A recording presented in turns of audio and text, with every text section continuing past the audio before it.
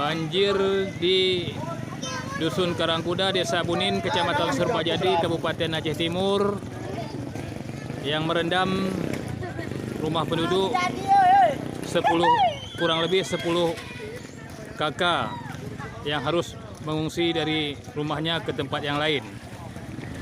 Terjadi banjir mulai daripada pukul 00 sampai dengan saat ini belum surut, atau jalan Pralokup masih lumpuh total, belum bisa dilewati terkecuali menaiki but dan sampan. Inilah kondisinya. Masyarakat saat ini yang mau dari Perlak dan ke Lokop harus antri, ya juga dari Lokop mau ke Perlak masih antri di Karangkuda, tidak bisa melintasinya.